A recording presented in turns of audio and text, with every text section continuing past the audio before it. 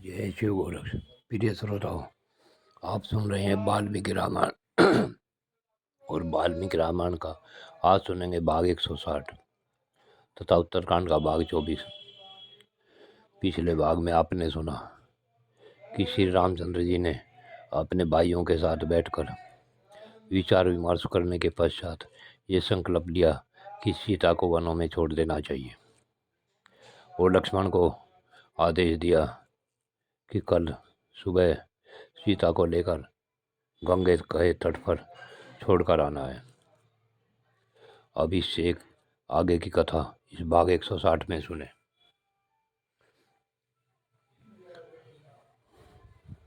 जब वह रात बीत गई और सवेरा हुआ तब वीर लक्ष्मण ने मन ही मन दुखी हो सूखे मुख से सुमंत से कहा, हे सारथे, एक उत्तम रथ में सिरगामी घोड़ों को जोतो और उस रथ में सीता जी के लिए सुंदर आसन बिछा दो।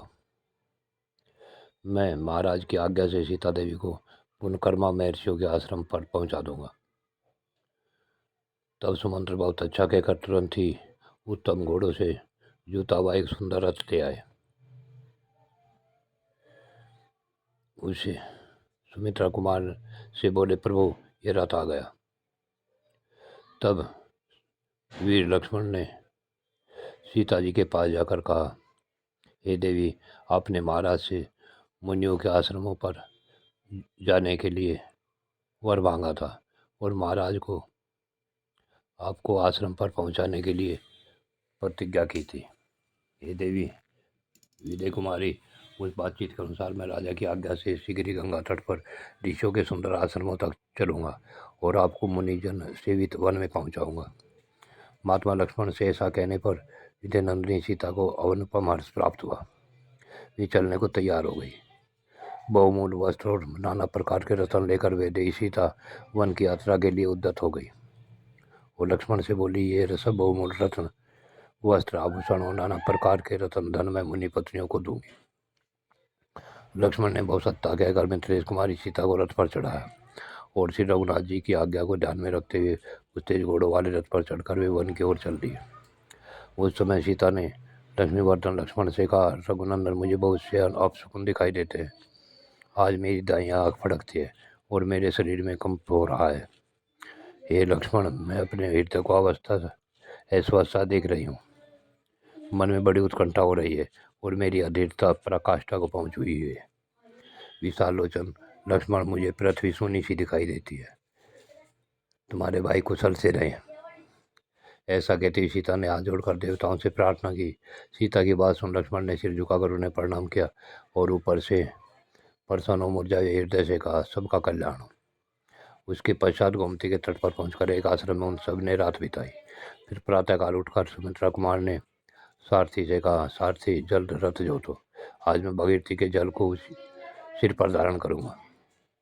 सूत ने के कहने से देवी सीता उस उत्तम रथ पर सवार हुई। इस प्रकार सुमित्रा कुमार लक्ष्मण और बुद्धिमान सुमंत्र के साथ मित्रा विशाल लोचना सीता देवी पापनाशनी गंगा के तट पर जा पहुंची। दोपहर के समय भगीरथी की जलधारा तक पहुंचकर लक्ष्मण उसकी ओर देखते हुए दुखी हो उस स्वर से फूट फूट कर रोने लगे। लक्ष्मण को शोक से आतुर देख देवी सीता अत्यंत चिंतित उनसे बोली, लक्ष्मण, यह क्या, तुम रोते क्यों? गंगे के तट पर आकर तो मेरी चिरकाल की अभिलाषा पूर्ण हुई है। इस अर्थ के समय तुम रोकर मुझे दुखी क्यों करते हो? लक्ष्मण, श्री राम तो मुझे भी अपने प्राणों से बढ़कर प्रिय हैं, परंतु मैं तो इस प्रकार शोक नहीं कर रही। तुम ऐसे नादान न बनो। मुझे गंगा के उस पार ले चलो और तपस्वी मुनियों के दर्शन कराओ। मैं उन्हें वस्त्र और आभूषण दूंगी। तत्पश्चात उन महर्षियों का यथायोग अभिवादन करके वहाँ एक रात ठहरकर हम लोग पुनः अयोध्यापुरी को लौट चलेंगे। लक्ष्मण गंगा जी को पार करने के लिए सीता जी के साथ एक सुंदर नौका पर बैठे और बड़ी सावधानी के साथ उन्होंने सीता को गंगा जी के उस पार पहुंचाया। मल्लाहों की वह नाव विस्तृत और सुसज्जित थी। लक्ष्मण ने उस पर पहले सीता जी को चढ़ाया, फिर स्वयं चढ़े। उन्होंने रसोई समुद्र को वहीं ठहरने के लिए कह दिया और शोक से संतप्त होकर नाविक से कहा, चलो। तो उसके पश्चात भगीरथी के उस तट पर पहुंचकर लक्ष्मण के नेत्र से आंसू भर आए और उन्होंने मित्रेश कुमारी सीता से हाथ जोड़कर कहा, हे विजय नंदिनी, मेरे हृदय में सबसे बड़ा कांटा वही खटक रहा है कि आज रघुनाथ जी ने बुद्धिमान होकर भी मुझे वह काम सौंपा है जिसके कारण लोग में मेरी बड़ी निंदा होगी।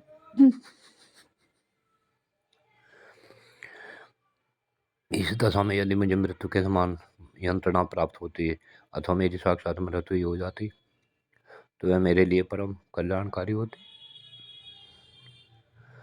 परंतु इस लोक निंदित कार्य में मुझे लगाना उचित नहीं था।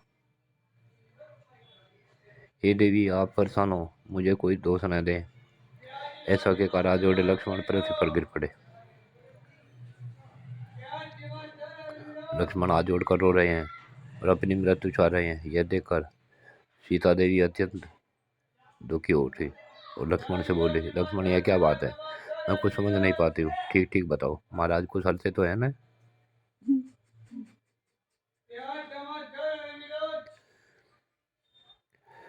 मैं महाराज की शपथ दिलाकर पूछती हूँ, इस बात से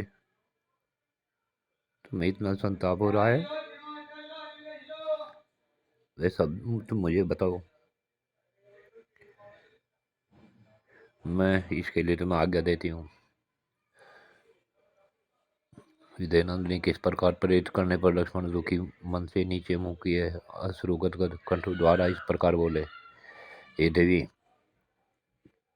नगर और जनपद में आपके विषय में जो अत्यंत भयंकर अपवाद फैला हुआ है उसे राजसभा में सुनकर श्री रघुनाथ जी का हृदय संतप्त उठा और वे मुझसे सब बातें बताकर महल में चले गए।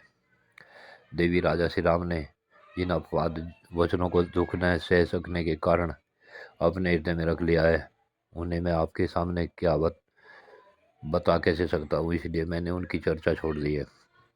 आप मेरे सामने निर्दोष सिद्ध हो चुकी है तो भी महाराज ने लोक अपवाद से डरकर आपको त्याग दिया है। देवी, आप कोई और बात न समझे, अब महाराज की आज्ञा मानकर तथा आपकी भी ऐसी इच्छा समझकर मैं आश्रमों के पास ले जाकर आपको यहीं छोड़ दूंगा। हे दिव्य शक्ति, यह रहा गंगा जी के तट पर ब्रह्म ऋषियों का पवित्र एवं रमणीय तपोवन, आप विषाद न करें। वहाँ मेरे पिता राजा दशरथ के घनिष्ठ मित्र माँ यशस्वी महर्षि मुनिवर वाल्मीकि रहते हैं। आप उन्हीं महात्मा के चरणों की छाया का आश्रय ले सुखपूर्वक रहे। जनक आत्मजय, आप यहाँ उपवास परायण और एकाग्र निवास करें। देवी, आप सदा श्री रघुनाथ जी को हृदय में रखकर पति व्रत का अवलंबन करें, ऐसा करने से आपका परम कल्याण होगा।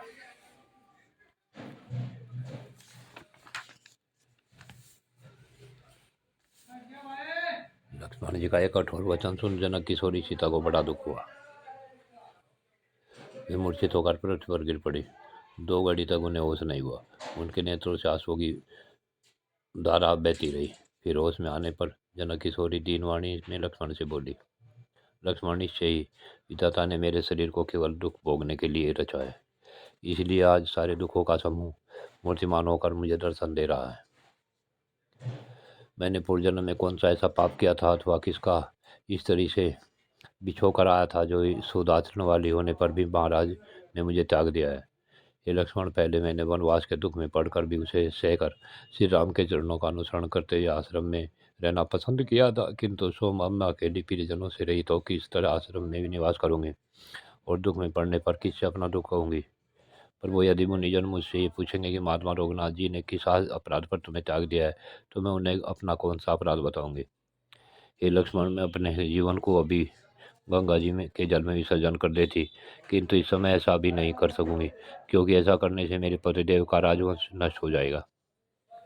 किंतु सुमित्रा कुमार, तुम तो वही करो जैसी महाराज ने तुम्हें आज्ञा दी है।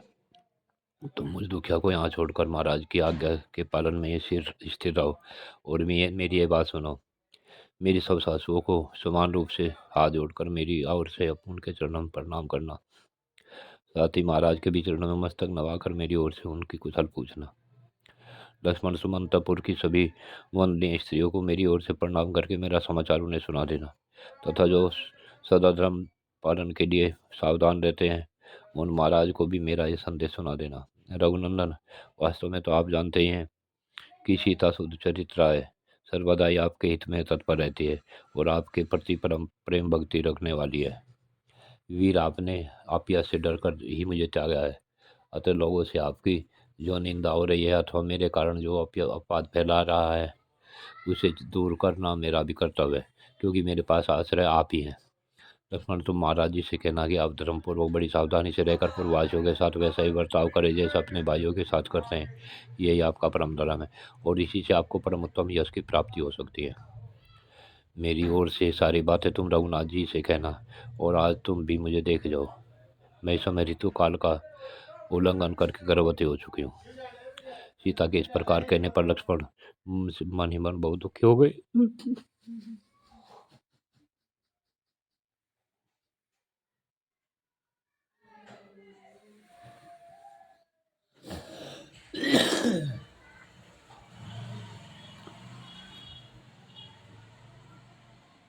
लक्ष्मण ने जोर जोर से रोते हुए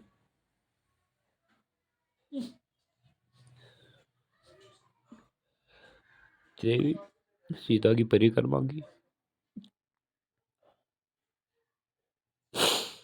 इस पतिव्रते, मैंने आपका संपूर्ण रूप कभी नहीं देखा, केवल आपके चरणों के दर्शन किए। फिर ये आज मुझे आप क्या कह रही हैं? यह कहकर उन्होंने सीता जी को पुनः प्रणाम किया और फिर वे नाव पर चढ़ गए। उन्होंने इस मल्लाह को उसे चलाने की आज्ञा दी। शोक के बाहर से दबे लक्ष्मण गंगा जी के दूसरे तट पर पहुंचकर दुख के कारण अचेत से हो गए। इसी अवस्था में जल्दी जल्दी चलकर रथ पर चढ़ गए। सीता गंगा जी के दूसरे तट पर अनाथ की तरह रोती हुई धरती पर लौट रही थी।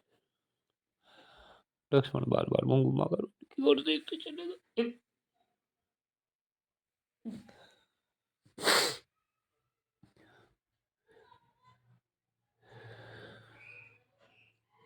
अब सीता जी को अपना कोई रक्षक दिखाई नहीं दिया। यश को धारण करने वाली सती सीता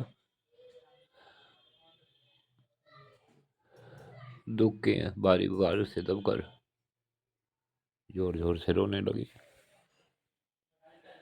जय शिव गोरख। प्रिय श्रोता, आज की कथा यहीं पूर्ण होती है। आगे की कथा अगले भाग में।